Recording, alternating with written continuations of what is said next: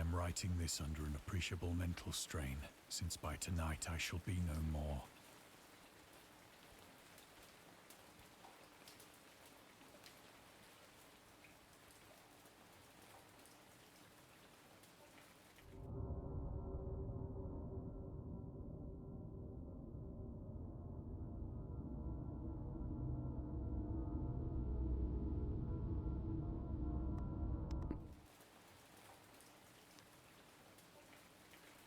Penniless, and at the end of my supply of the drug which alone makes life endurable, I can bear the torture no longer, and shall cast myself from this garret window into the squalid street below.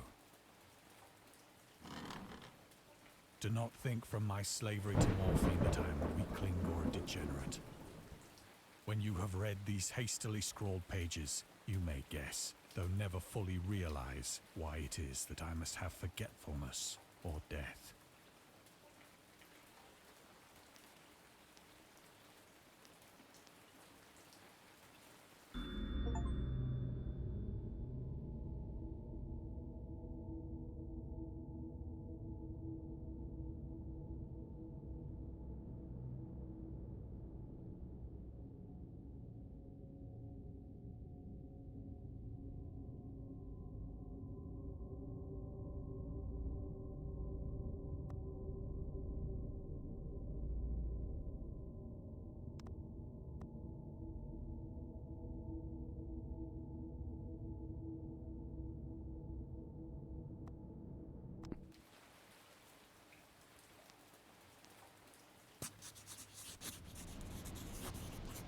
It was in one of the most open and least frequented parts of the broad Pacific that the packet of which I was supercargo fell a victim to the German sea raider.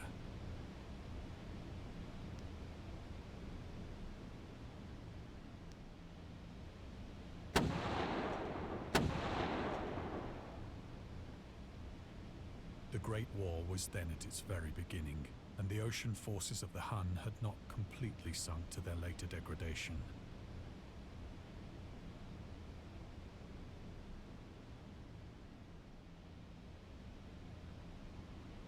So that our vessel was made a legitimate prize, whilst we of her crew were treated with all the fairness and consideration due us as naval prisoners.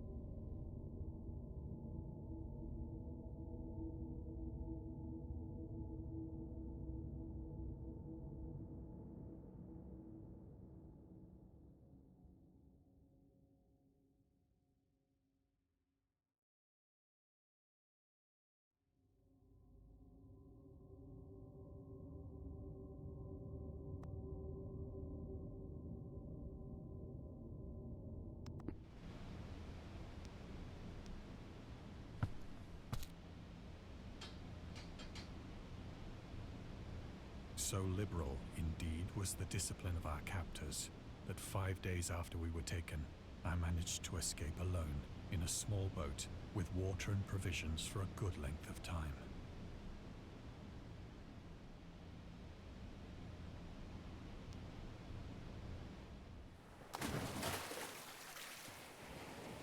When I finally found myself adrift and free, I had but little idea of my surroundings.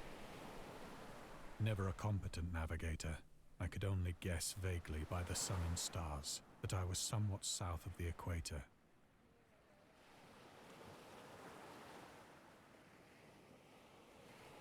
Of the longitude, I knew nothing, and no island or coastline was in sight.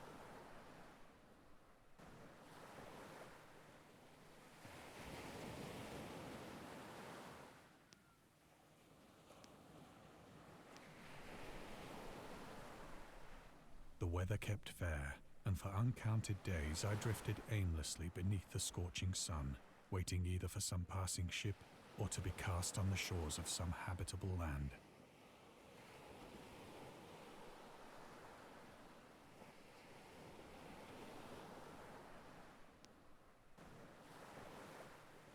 But neither ship nor land appeared, and I began to despair in my solitude upon the heaving vastness of unbroken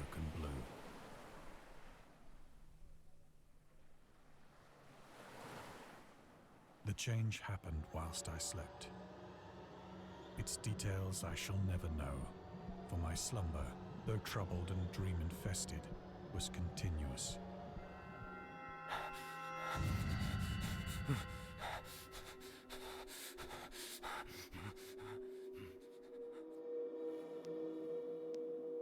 When at last I awoke, it was to discover myself half sucked into a slimy expanse of hellish black mire, which extended about me in monotonous undulations as far as I could see, and in which my boat lay grounded some distance away.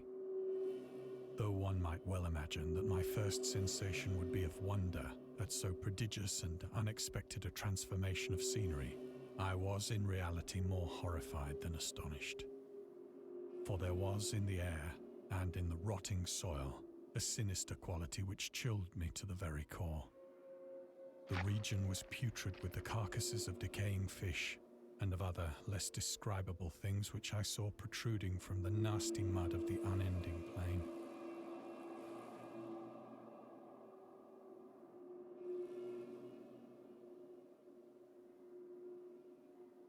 Perhaps I should not hope to convey in mere words the unutterable hideousness that can dwell in absolute silence and barren immensity.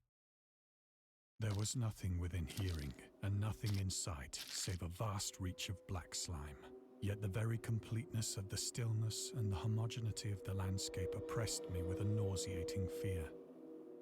The sun was blazing down from a sky which seemed to me almost black in its cloudless cruelty, as though reflecting the inky marsh beneath my feet.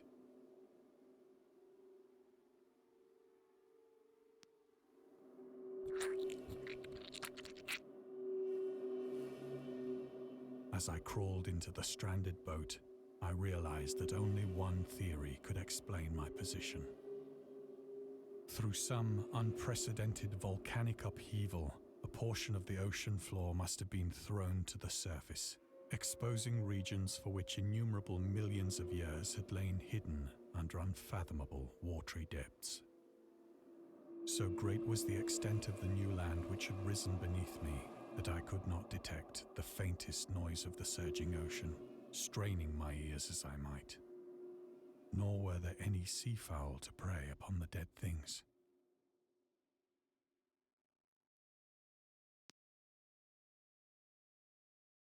For several hours I sat thinking or brooding in the boat, which lay upon its side and afforded a slight shade as the sun moved across the heavens. As the day progressed, the ground lost some of its stickiness and seemed likely to dry sufficiently for traveling purposes in a short time. That night I slept but little, and the next day I made for myself a pack containing food and water, preparatory to an overland journey in search of the vanished sea and possible rescue.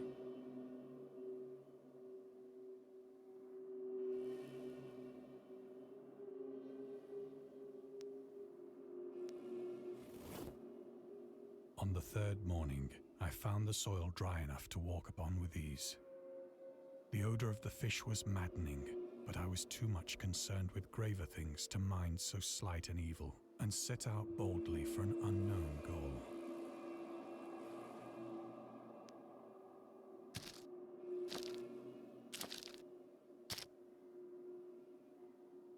All day I forged steadily westward, guided by a faraway hummock which rose higher than any other elevation on the rolling desert.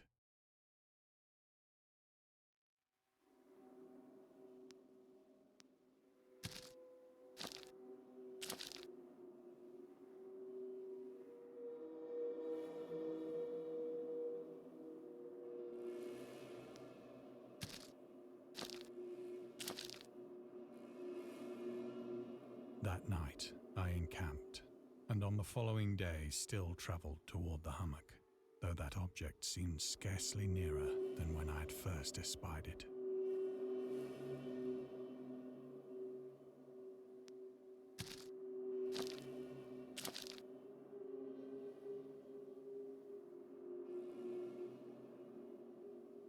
By the fourth evening, I attained the base of the mound, which turned out to be much higher than it had appeared from a distance. an intervening valley setting it out in sharper relief from the general surface. Too weary to ascend, I slept in the shadow of the hill. I know not why my dreams were so wild that night, but ere the waning and fantastically gibbous moon had risen far above the eastern plain, I was awake in a cold perspiration, determined to sleep no more. Such visions as I had experienced were too much for me to endure again, and in the glow of the moon I saw how unwise I had been to travel by day. Without the glare of the parching sun, my journey would have cost me less energy. Indeed, I now felt quite able to perform the ascent which had deterred me at sunset. Picking up my pack, I started for the crest of the eminence.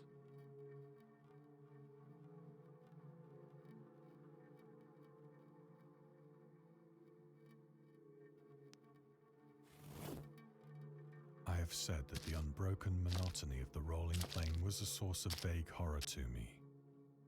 But I think my horror was greater when I gained the summit of the mound and looked down the other side into an immeasurable pit or canyon, whose black recesses the moon had not yet soared high enough to illumine. I felt myself on the edge of the world, peering over the rim into a fathomless chaos of eternal night.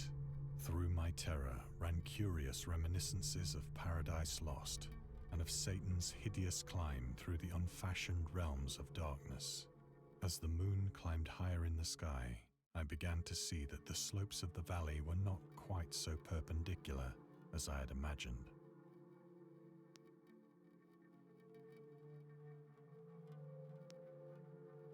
Ledges and outcroppings of rock afforded fairly easy footholds for a descent, whilst after a drop of only a few hundred feet, the declivity became very gradual.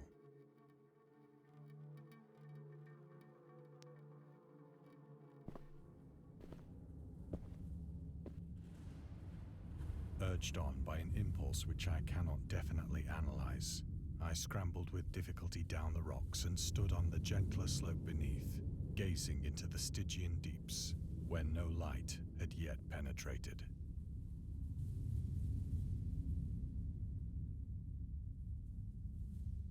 All at once, my attention was captured by a vast and singular object on the opposite slope, which rose steeply about 100 yards ahead of me.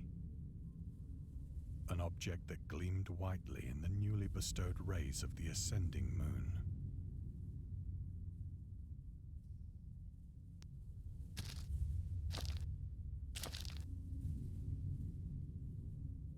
That it was merely a gigantic piece of stone, I soon assured myself.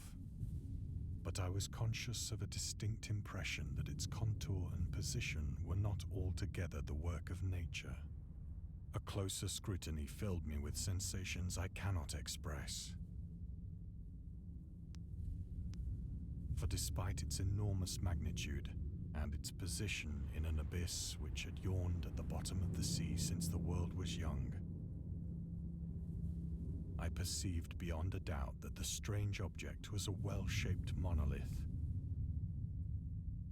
whose massive bulk had known the workmanship and perhaps the worship of living and thinking creatures. Dazed and frightened, yet not without a certain thrill of the scientist's or archaeologist's delight, I examined my surroundings more closely.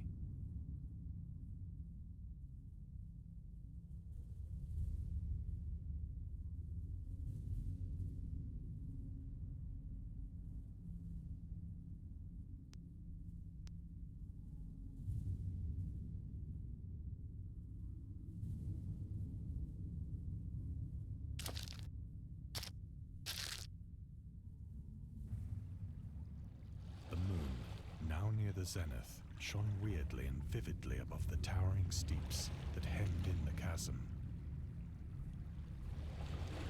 and revealed the fact that a far-flung body of water flowed at the bottom, winding out of sight in both directions and almost lapping my feet as I stood on the slope. Across the chasm, the wavelets washed the base of the Cyclopean monolith, on whose surface I could now trace both inscriptions and crude sculptures.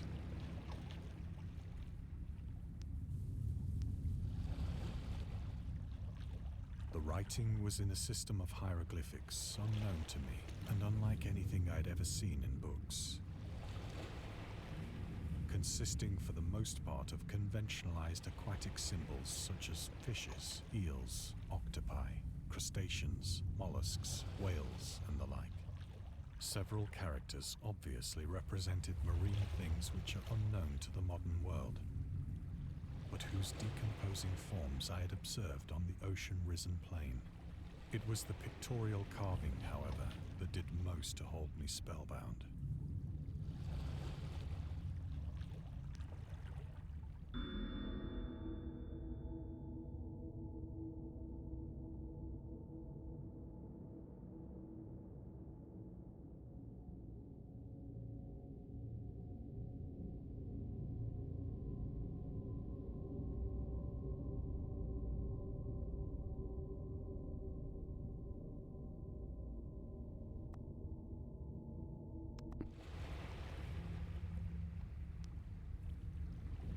Plainly visible across the intervening water, on account of their enormous size, were an array of bas-reliefs whose subjects would have excited the envy of a doré.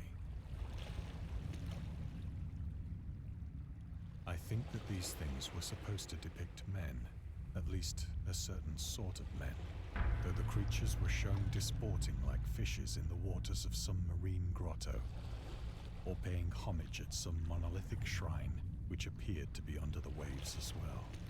Of their faces and forms I dare not speak in detail, for the mere remembrance makes me grow faint, grotesque beyond the imagination of a Poe or a Bulwer.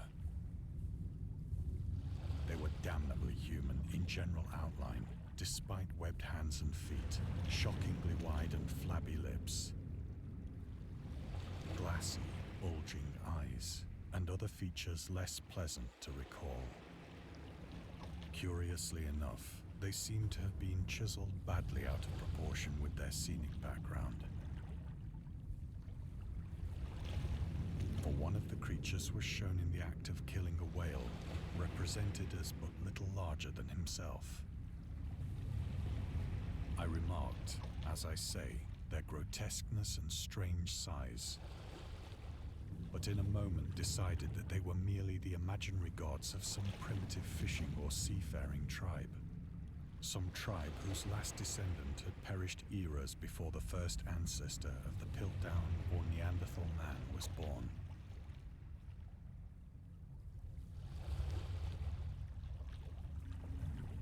Awestruck at this unexpected glimpse into a past beyond the conception of the most daring anthropologist, I stood musing whilst the moon cast queer reflections on the silent channel before me.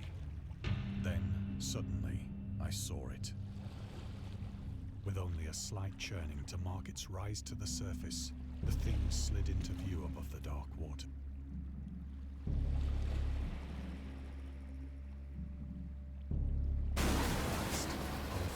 Black and loathsome, it darted like a stupendous monster of nightmares to the monolith, about which it flung its gigantic scaly arms, the while it bowed its hideous head and gave vent to certain measured sounds.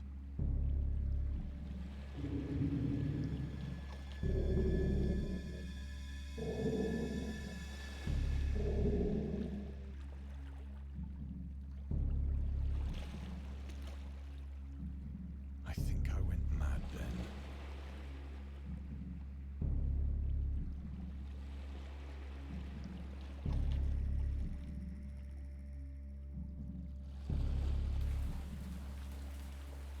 Of my frantic ascent of the slope and cliff, and of my delirious journey back to the stranded boat, I remember little.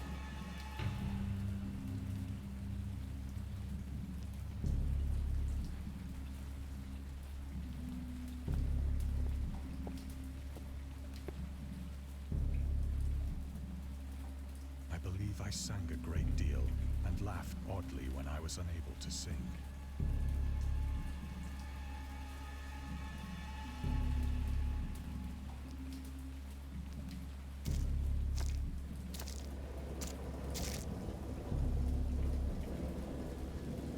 I have indistinct recollections of a great storm sometime after I reached the boat.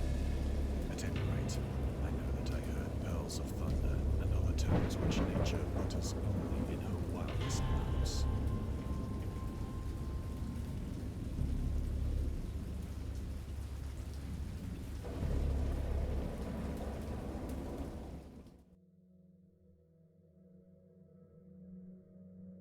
When I came out of the shadows, I was in a San Francisco hospital, brought thither by the captain of the American ship which had picked up my boat in mid-ocean.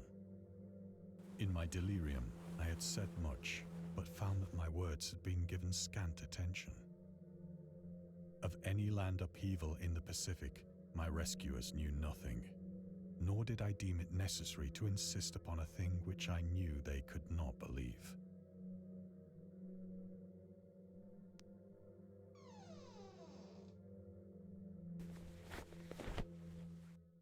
Once I sought out a celebrated ethnologist and amused him with peculiar questions regarding the ancient Philistine legend of Dagon, the fish god.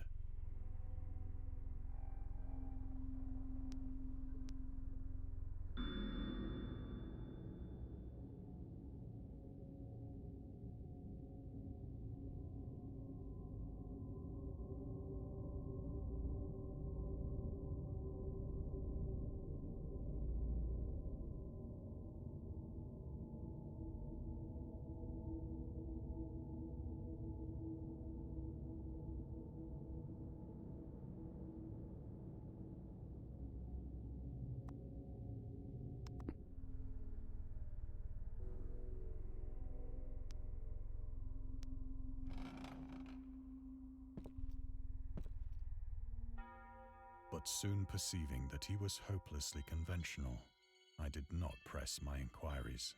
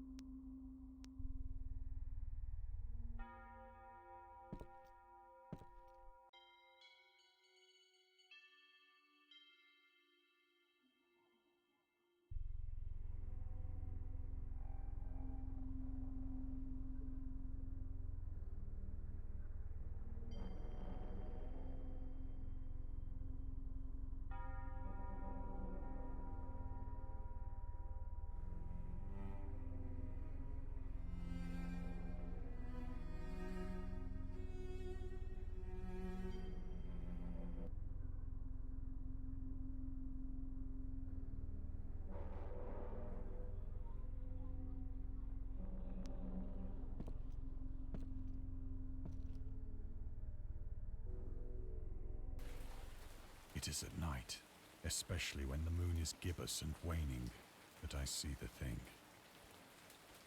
I tried morphine, but the drug has given only transient surcease and has drawn me into its clutches as a hopeless slave. So now I am to end it all, having written a full account for the information or the contemptuous amusement of my fellow men.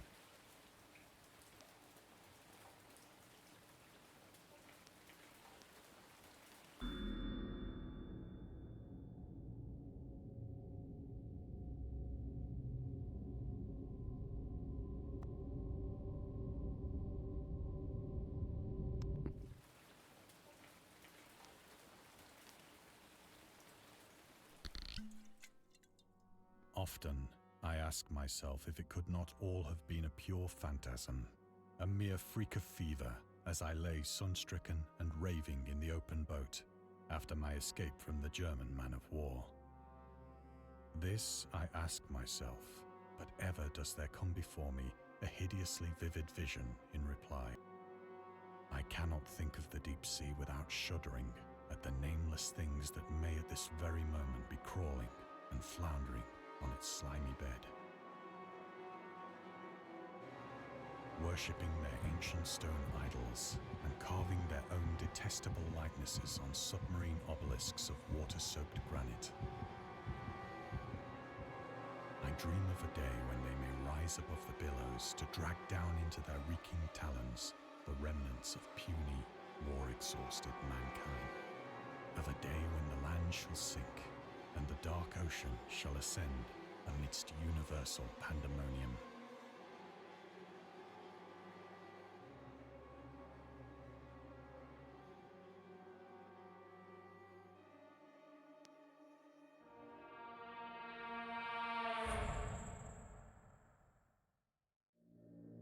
The end is near.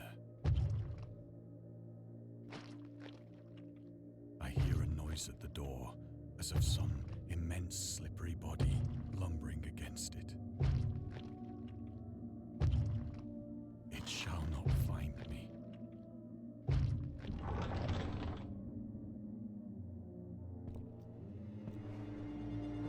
God, that hand!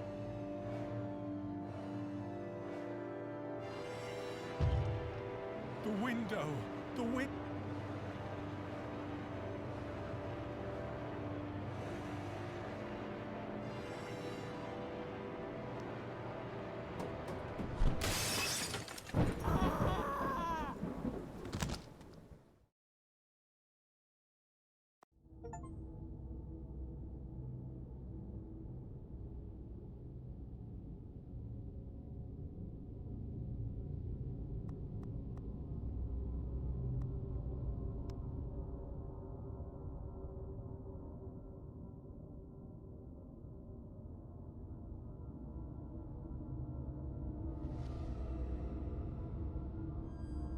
I am writing this